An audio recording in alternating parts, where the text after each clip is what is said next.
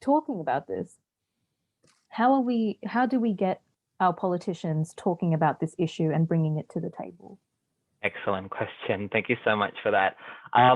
That will also be a question that will be sent to you guys in the email. So there will be a survey, so you guys can also answer that at your own time. But if there's anybody that wants to perhaps give your suggestions and ideas on what to do, please let us know. But I'm going to start off with people just like us in terms of what they're planning first. Okay, did you want me to speak to that? Or Joyce? Yeah, so I mean, apart from raising things on social media, you can we do have a pledge for refugees. We can, that's been off the boil for a little while, but a 5-point plan we'd come up with, which we can distribute as well. I think that was going to be in the email, wasn't it, Alfred? I guess if you can talk to your local member, find out which parties, there are parties out there, that political parties that do have better refugee policies. Talk to people about the issue that in your circles. It is difficult. I know a lot of people on here have been doing this for a long time, and momentum, it gets hard when things don't change. I guess we have gradually seen trickles of people out of detention and the odd ray of hope, but yeah, hopefully with this being an election year, we can really really get it on the table and yeah, get back to humanity. Turn back to humanity. Thank you so much. The link to our pledge is on the chat as well. We'll also send that via email. Another thing to add as well is that with the current situation, we are coming up to elections, so perhaps one of the conversations that you can have with your family and friends is to talk about this issue in particular and help inform whoever's going to vote about that. Nico, yes, you say you want to say something about the election? I would. Jane, we'll have Nico first and then Jane.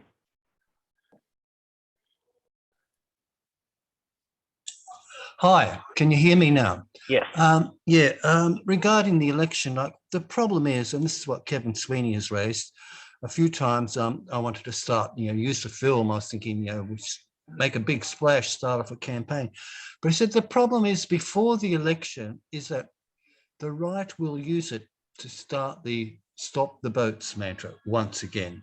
And so we're in this very complex situation where, yes, we do need to raise the situation. Like how Joniad pointed out, was it 7 people have committed suicide in Indonesia in the past year? No, like this year alone, there's a lot more. This year alone, 2022, there's been dozens before that. So yeah, it's spiraling out of control. We do need to sort of make sure that people know about the situation in Indonesia. But as far as making it an election issue, I think we have to really, unfortunately, wait till afterwards to really pressure the ALP on it, because we do not want to get that thing of that bullshit about stopping the boats. We know it's bullshit, but anyway, that's all I've got to say there. Thank you. Thank you. Nico, I think that's really interesting that you mentioned doing it after the election. And I kind of understand what you're trying to say here, but can you break it down a little further? Because, you would think that election time is the best time to kind of get that traction going. But what exactly is preventing this from, really getting the message across? Okay, so on the one hand, as activists, we're not allied to the ALP or any of that sort of stuff. It's certainly our duty to raise the issue and to put the Labor Party on notice that we will be following this up. But to actually request the ALP to make it part of the election campaign, I've discussed this. I don't know if anyone on here is from Labor for Refugees.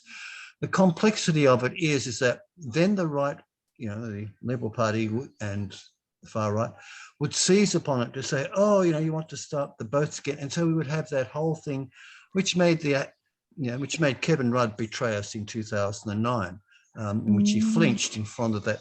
So we're in this situation. The best time to apply pressure to the ALP is before the election, of course, But with this particular thing, we have to sort of like dance on both sides. On the one hand, raise it as an issue and keep raising it as an issue, keep talking about it. Film is great. Let the campaign start slowly, judiciously. Another thing to add as well, and this is something that actually going to help the people.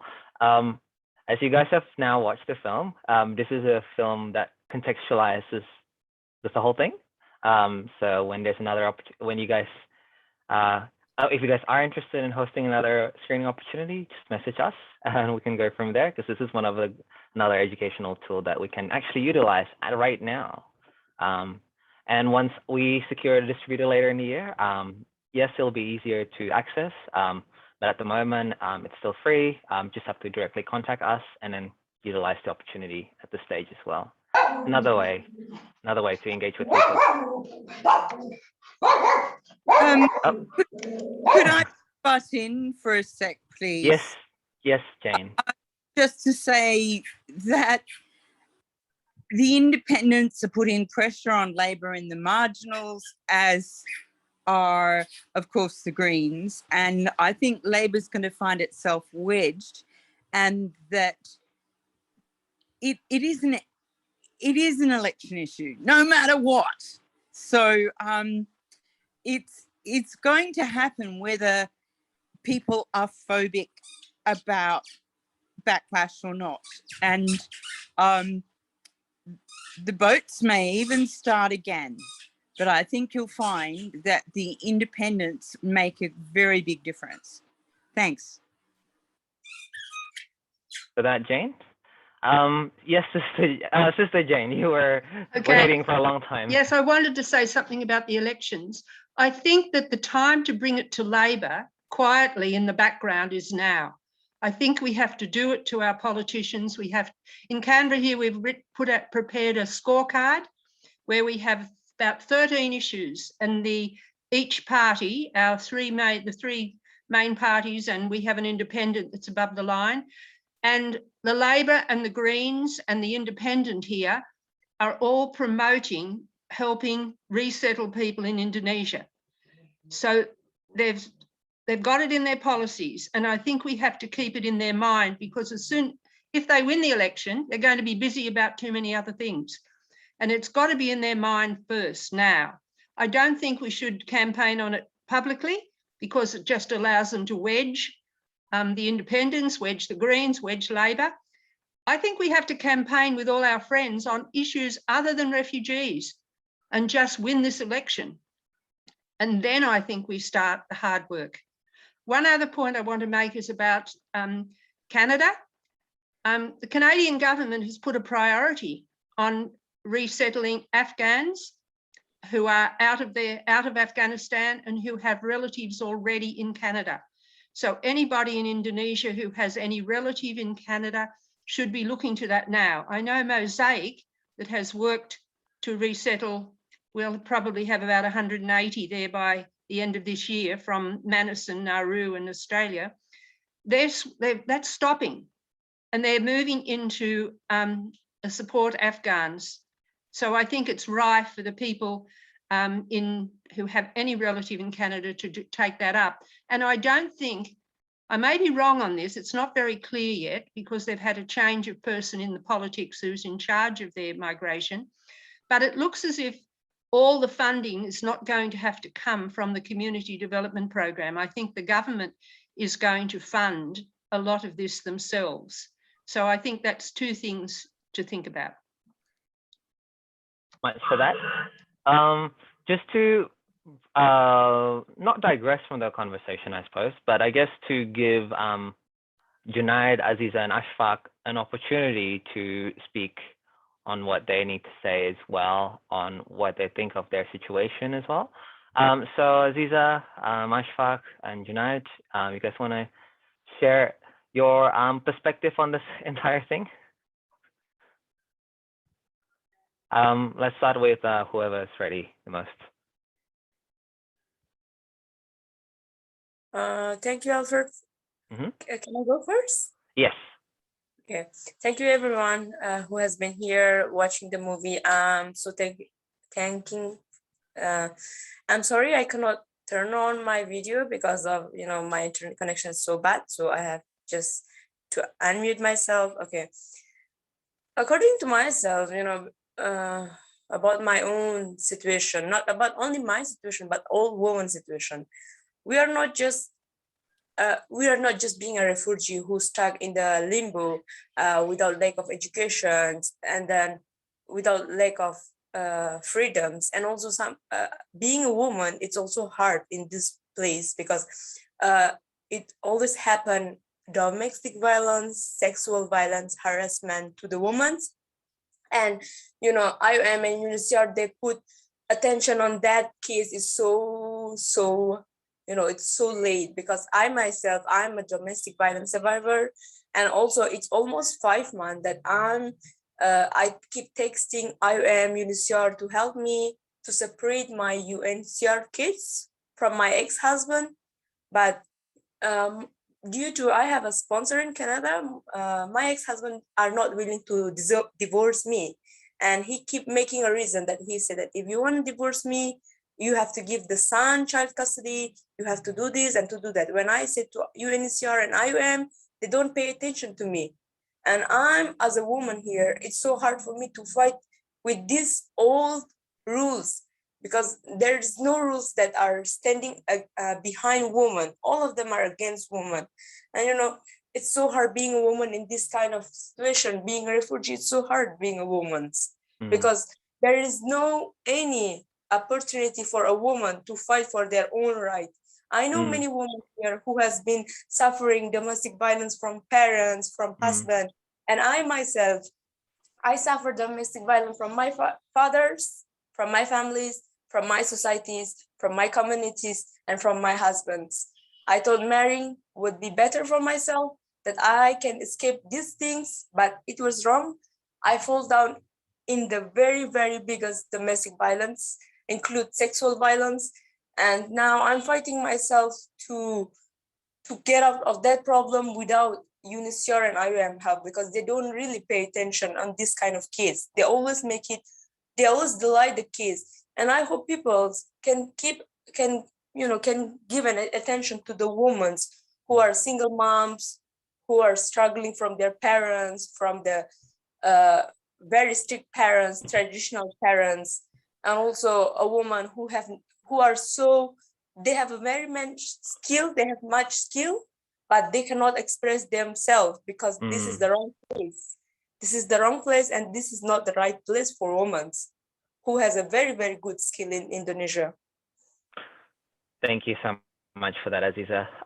Another most invisible voice in this refugee advocacy are refugee women's voice themselves. So I was very, very lucky to be able to feature Aziza as part of this documentary. I insisted on having a woman. I didn't know she was very young at the time, but when I asked about her age, and she said she was 16 at the time when I interviewed, I was shocked. I did not expect that. And I'm glad that she was brave enough to do that, because there weren't any. And perhaps if you realize as well, there's not a lot of refugee women voices out there that are speaking up in the community. Not because men are bad in any way. It's just that there's just not a lot of them speaking up in general, so due to various circumstances. And question for Aziza from Katrina. Thank you for speaking about the gender difference for refugee women. How is your child doing now? Aziza, how is your son doing? Thank you. My son is doing good, but this day I have a little bit stressful about my son because the child custody is not still clear, and I'm afraid that he gonna be on his father's side. And as for the information, his father is a manipulative person, so I'm kind of a bit worried. But I don't know. I have nothing to do for now. He's in my side. I'm taking care of him very well. But in the future, if he's not with me, I don't know what will happen. But yeah, because there's no one to help me, no UN or IOM is supporting me. So I don't know what will happen to him, what his future will be. So much for sharing that. Just as another reminder, Ashfaq and Joniad is also if you guys would like to say anything for the end of the event.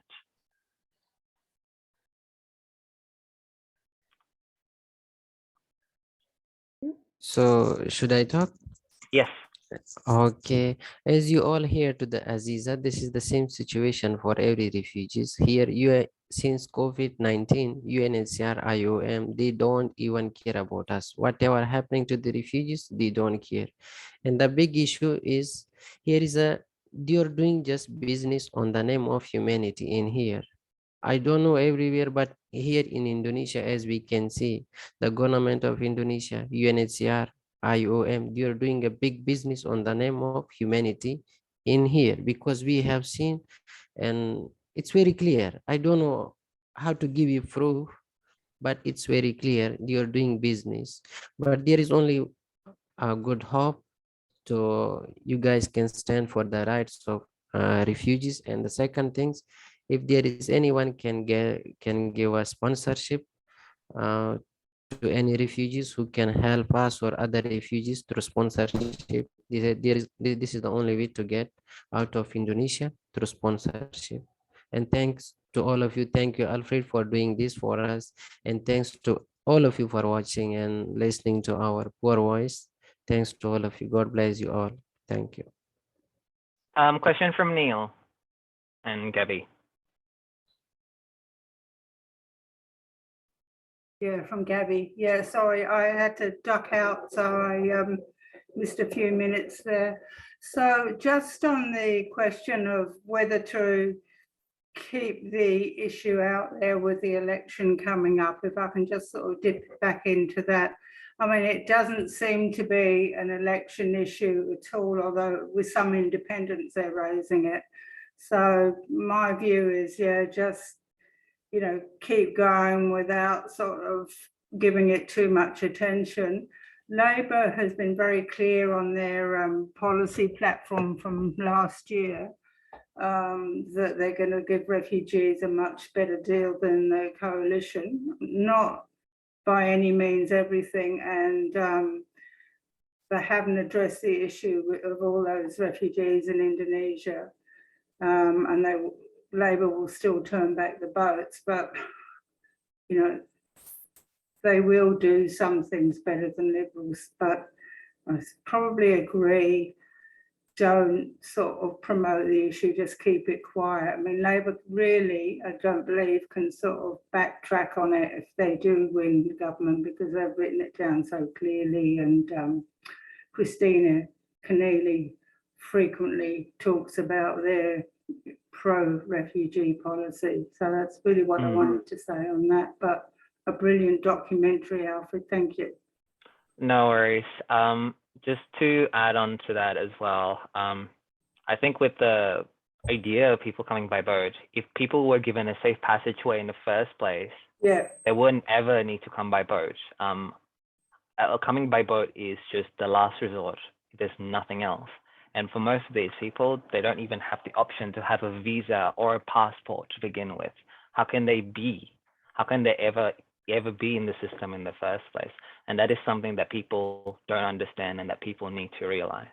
These people do not have a choice to come by boat, but to come by boat. That's right. I mean, Labor has made some sort of general statements that they will do more in a region and they will put more money in, but they're very vague on what they will actually do, which usually means they'll do nothing. So much. We'll get to Joniad. I believe you have something to say now. Yes. Well, the other thing I was gonna say, as far as we know, even if the whole world tries to resettle the refugees from Indonesia, all the refugees will not be resettled to anywhere. Like Australia, I mean, even if the government changes and the policy and everything has changed, there would be still refugees remaining in Indonesia. There might be at least 10,000 refugees would remain in Indonesia. So the other thing that I was going to suggest is to create some sort of internal solution. I know that Indonesia will never sign the conventions to the United Nations. That's because, you know, by signing the convention, Indonesia has to take responsibility and take care of refugees. And it's So the way government would need to spend its own budget on refugees. So by not signing the convention, the government can simply just rely on the donations and also on Australian budget. That's also somehow helping Indonesian economy, in return. So it's a good income for Indonesian government. That's when Indonesia will never sign the convention and will accept the refugees' responsibility. So what other alternative would be, to create a sustainable solution within Indonesia, which means, trying to pressure the government or create a third party which could allow the refugee to create some sort of temporary permanent card, which would somehow establish refugees' life in Indonesia. That's mean refugee would be able to work and to study, and then in the future they could have obtain some sort of travel document with which they would be able to travel to different countries. And this could happen through lobbying the government and supporting the NGOs and organizations that are based in Indonesia that are trying to change the refugee situations. And I would say, when you support the NGOs and organization, please be careful who you're supporting, because most of the organization came in the name of humanity and supporting to support refugees, but eventually they turn around, they misuse the refugees for their own benefit. So there are some good organizations and some refugee initiatives that are happening in Indonesia. So I think we can start from there and create more organizations. And the other thing is that the pressure need to be put a lot on Indonesian government and as well as Australia. So this is something we need to work on, to bring more international attention, to pressure the government and create the eventual changes, because the biggest change should be coming from the government. So in that case, we might work on more advocacy things and lobbying the governments and bringing more pressure on both governments. Yeah, so the internal changes is necessary at the moment, because refugees are suffering a lot from the mental health issue and as well as giving up on their lives, and many are suffering from a lack of medications, and many are dying from these situations. So the internal changes is a very immediate necessary at the moment. So that's what I was gonna focus on, and I'm doing my best from my end, and I would like to encourage everyone here to focus on that at the moment. And also thank you for watching this documentary. I hope you would be encouraged to take more actions on changing the refugee situation in Indonesia. Thank you again. Thank you so much, Joniad. An interesting point to bring up, because Andrew Wilkie is one of the latest MPs from Hobart who actually proposed a Pacific cooperation solution. The bill is called Refugee Rights Protection, 2019. It actually states along the lines of working with Australia working with neighboring countries to actually help process and facilitate this. But of course, the bill hasn't actually come through. I'll send the information regarding about that as well, so that people can have a think about it and just have a read about it in their own time after this. Now, before we close and we end this event, do you guys have any other last comments before we put it back to people just like us?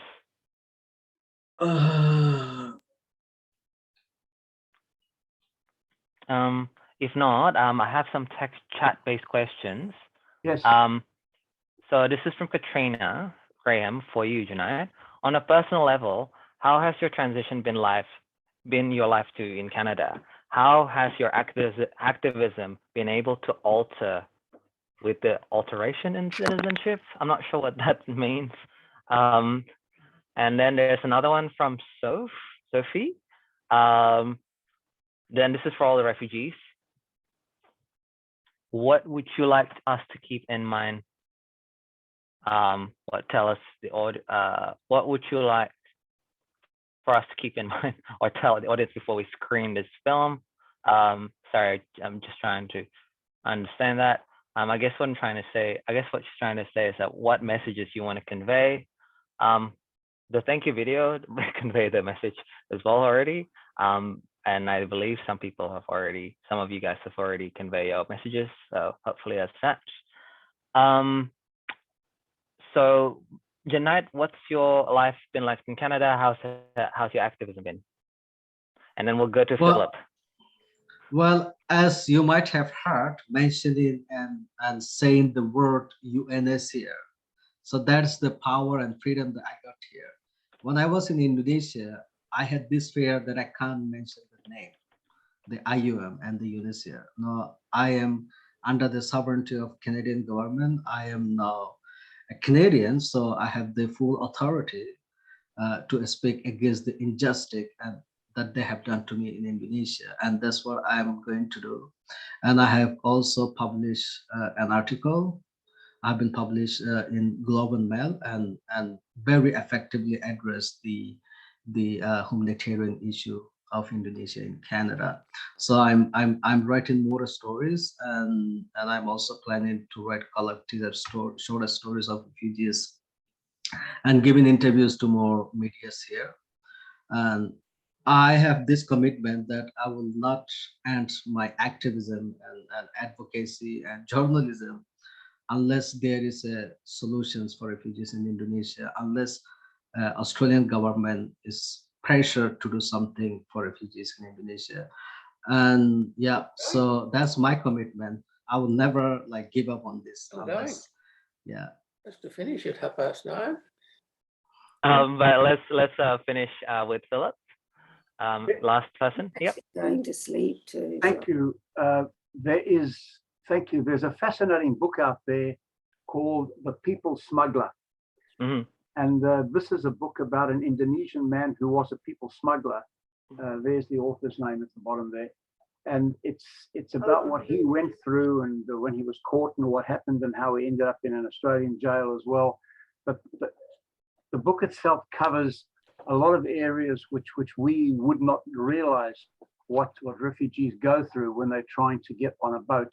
I know that the whole boat thing has changed at the moment, but the whole background is still pretty much alive. And I'd recommend this particular book that people get it. So as I said, it's called, you holding it up as well there. Yes. Yeah.